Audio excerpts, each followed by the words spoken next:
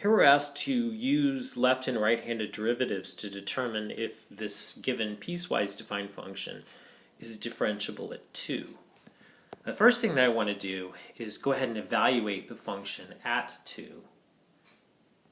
So I want to know, what is f of 2? If you look at the way the function is defined, it basically goes like this. If the input value is less than 2, then the output value is 2x plus 1. If the input value is greater than or equal to 2, then the output is x squared plus 1. Well, in this case, we're inputting the number 2, and 2 is greater than or equal to 2. So we're going to use the second formula. And we get f of 2 is 2 squared plus 1, which is 5. So we know that f of 2 is 5.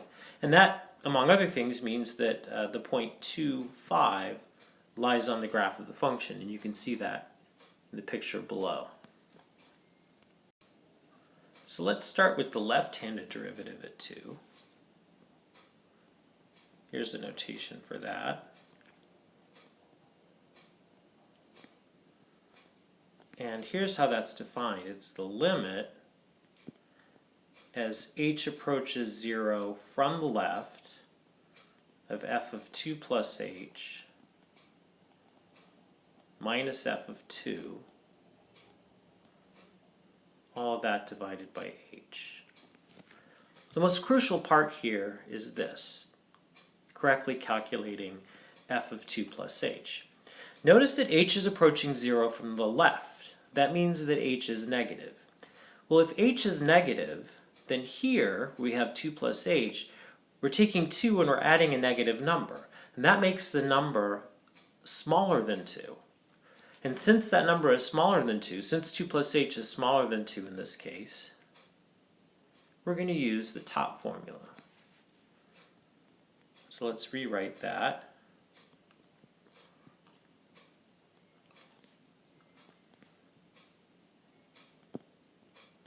So the limit as h approaches 0 from the left of, again, using this formula right here, we're going to replace the x by 2 plus h. So that's 2 times 2 plus h plus 1. Then we subtract f of 2, but remember we've already calculated that. F of 2 is 5. And then all of that is divided by h. So we keep going.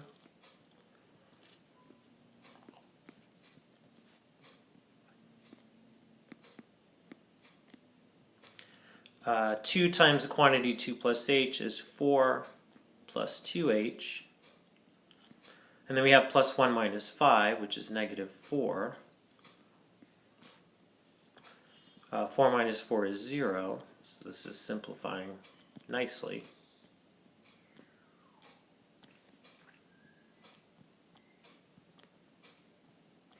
Cancel the h's.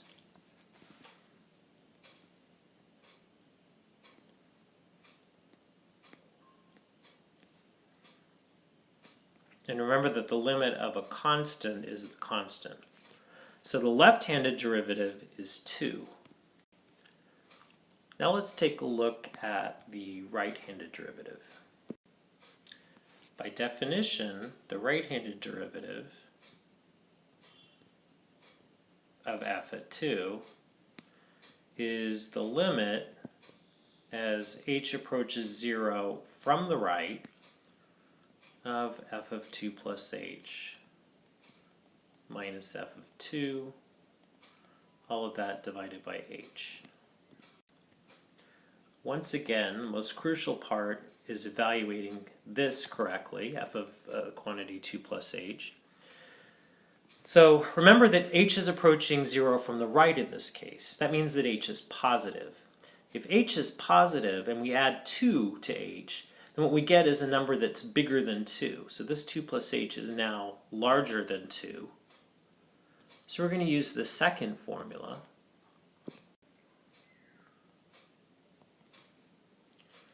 So this is the limit as h approaches 0 from the right of, so f of 2 plus h, we're going to evaluate that using this. We're going to replace that x by the quantity 2 plus h. So this is 2 plus h quantity squared plus 1 minus f of 2, which if you remember what we did earlier, we determined that f of 2 is 5. All that divided by h.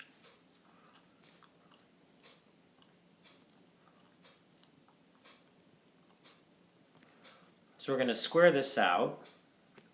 That's the square of a binomial. Or you could FOIL it out, I suppose, if you want. Either way, you're going to get 4 plus 4h plus h squared. And then we've got the plus 1 minus 5, so minus 4 over h. The 4's cancel.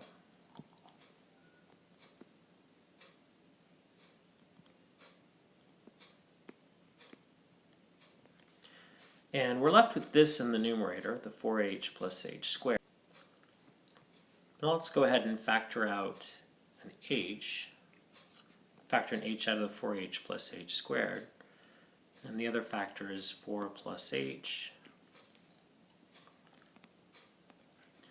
The factor of h in the numerator cancels the factor of h in the denominator. So we have the limit as h approaches 0 from the right of 4 plus h. We'll just plug in 0 for h, and you get 4. Now remember, when we calculated the left-handed derivative, we got 2, and the right-handed derivative is 4,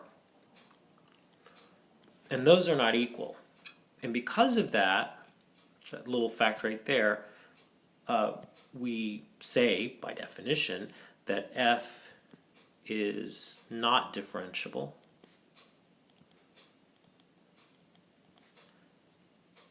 at x equals 2.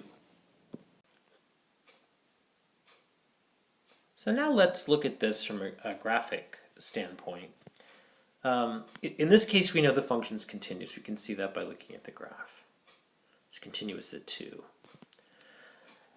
The left-handed derivative is 2, the right-handed derivative is 4. Basically what that means, when you have a continuous function and left and right-handed derivatives are different, basically that means that the graph, and certainly the case here, but it's always true in situations like this, that the graph is not smooth at whatever value of x you're talking about. In this case, it's 2. So the non-equality of the left and right-handed derivatives tell us something about the smoothness or lack of smoothness of the function at x equals 2.